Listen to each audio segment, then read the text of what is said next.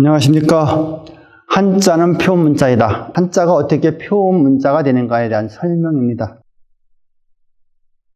예선상형 형태의 예시입니다. 앞에서 직선, 호선, 곡선을 설명해 드렸고 이번에는 예선상형입니다. 자, 이러한 상형이 있다고 합시다. 여러분이 보시기에 어떻습니까? 점점 날카로워져 가지요. 그래서 첫 번째 것은 무엇이 될까요? 날카로우면서 직선이다. 그래서 예직선이라는 이름을 붙여봤습니다. 두 번째는 호선이 되죠. 예호선. 세 번째는 끝부분이 곡으로 되어 있습니다. 굽어져 있다는 것이죠. 예곡선. 네 번째는 각으로 되어 있습니다. 예각선. 기억을 하실 수 있겠습니까? 즉, 이러한 명칭을 쓰면 여러분은 머릿속에 이러한 상형을 기억을 해야 한다는 것이죠. 예선상형 중심의 형태 도출입니다. 예선상형에는 이렇게 4개의 문자가 사용이 됩니다. 그리고 새 을을 뒤로 돌렸습니다. 예선상형. 그리고 이들이 명칭을 아시다시피 직직선, 호선, 애곡선, 곡각선이 됩니다. 곡각선. 자, 그러면 예선상형이 중심이니까 형태를 보겠습니다. 예선상형이 중심이니까 예곡선이 내려오겠죠. 예곡선. 자, 그대로 가는 겁니다. 자, 어떻게 형태를 도출할 거냐? 예직선이 되죠. 예직선. 예직선. 이 원리를 아십니까? 음은 뭔지 알 수가 없죠. 두 번째로 가겠습니다. 예호선이죠. 이것도 음을 알 수 없습니다. 세 번째를 보니 예곡선이 되죠. 그랬더니 자기 자신이 됩니다. 여러분은 의아하게 생각하시지만은 이 앞에 있는 내용들이 다 맞다는 것을 증명하는 것입니다. 이렇게 완벽하게 세팅이 되어 있다는 것입니다. 지금까지 여러분들은 직직선, 호호선에서 곡각선의 앞글자만 봤습니다.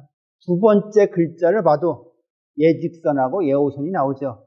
동일하다는 거예요. 그럼 끝에 부분에서 두 번째 글자는 뭡니까? 이것은 이렇게 표현이 됩니다. 예각선이 되죠. 예각선. 음이 뭔지를 모릅니다. 그런데 우리가 앞에 있는 영상들을 유추해 보면 이러한 원리들이 도출이 되죠. 일열얄, 을율율, 을월왈. 따라서 앞에가 월이었습니다. 그럼 뒤 예각선은 무엇이 되어야 될까요? 예각선은 이것은 왈이 되어야죠. 왈. 이해가 됩니까?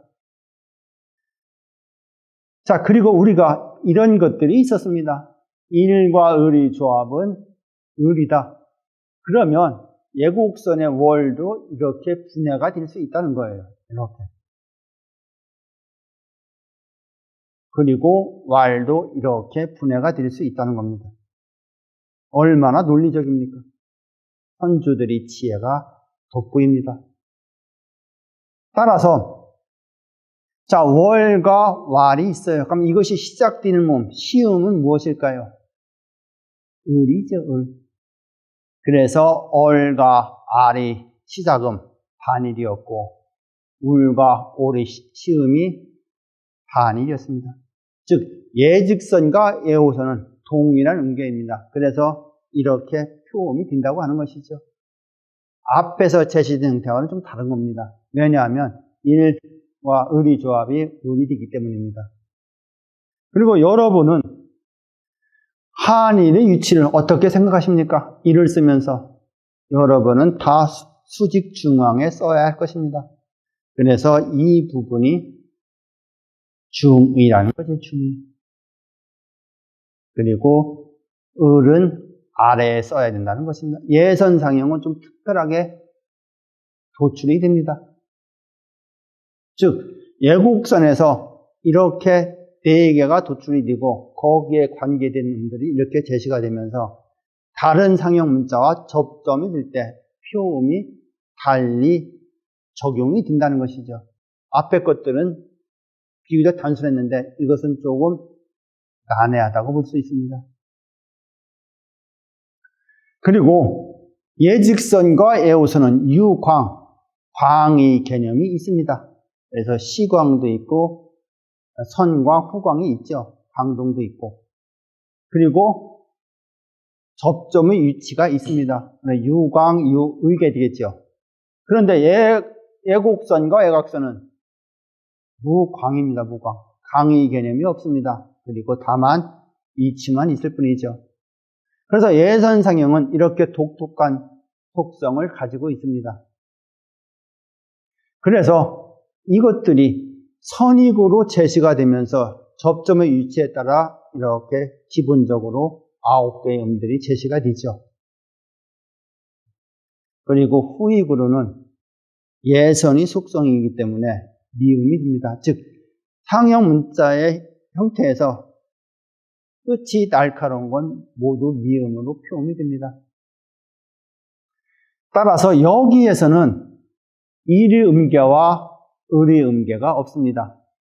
즉 일열얄, 얼알, 올율율, 올울이 없다는 것이죠. 왜냐하면 예선상형은 일과 을이 조합으로 형성되었기 때문에 이런 음계가 없는 것입니다.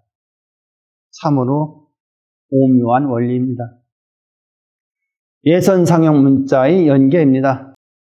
이러한 형태들이 있었죠. 그리고 이들의 명칭은 이렇게 되어 있습니다. 그리고 여기에서 선익의 상하주, 하가 기본이 됩니다. 그래서 여기에 해당되는 음들은 이렇게 되죠.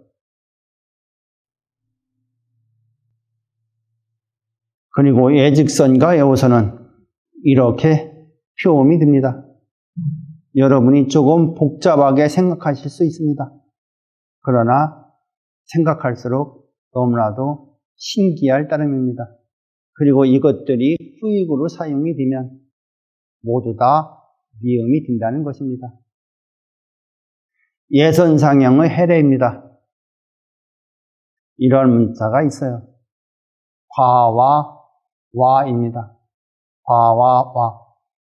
자, 그러면 이것은 여기서 사람인의 상형은 어떻게 표현할 수 있을까요? 보시겠습니다. 앞에서 배운 것을 종합해 보겠습니다.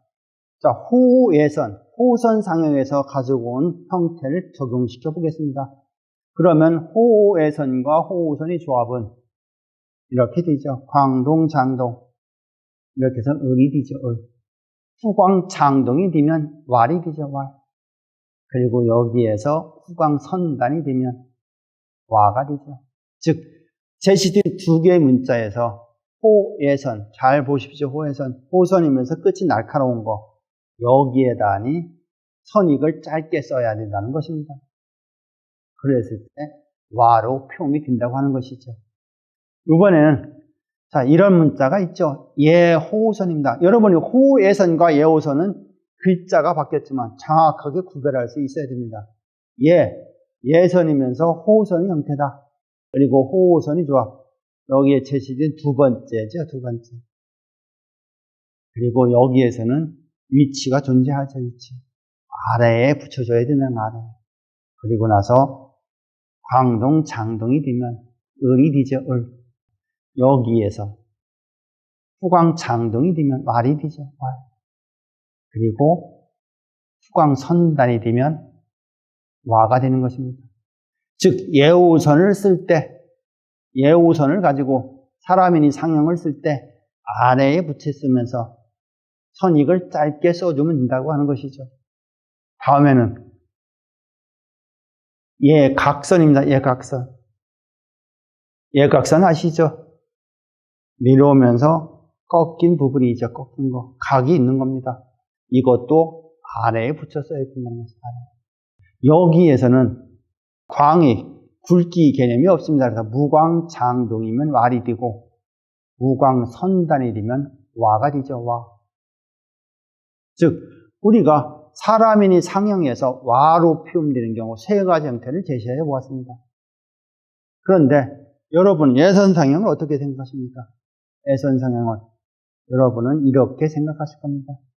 굵기 비교가 용이하지 않고 또한 접점의 위치가 쉽게 이해가 되지 않을 듯합니다.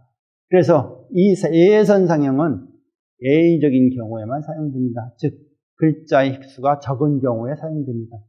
많은 경우는 앞에서 제시된 직선상형, 호선상형, 곡선상형을 씁니다.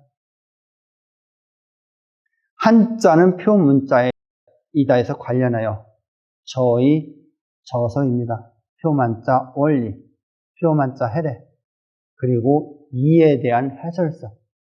이 점을 꼭 기억해 주십시오. 대단히 감사합니다.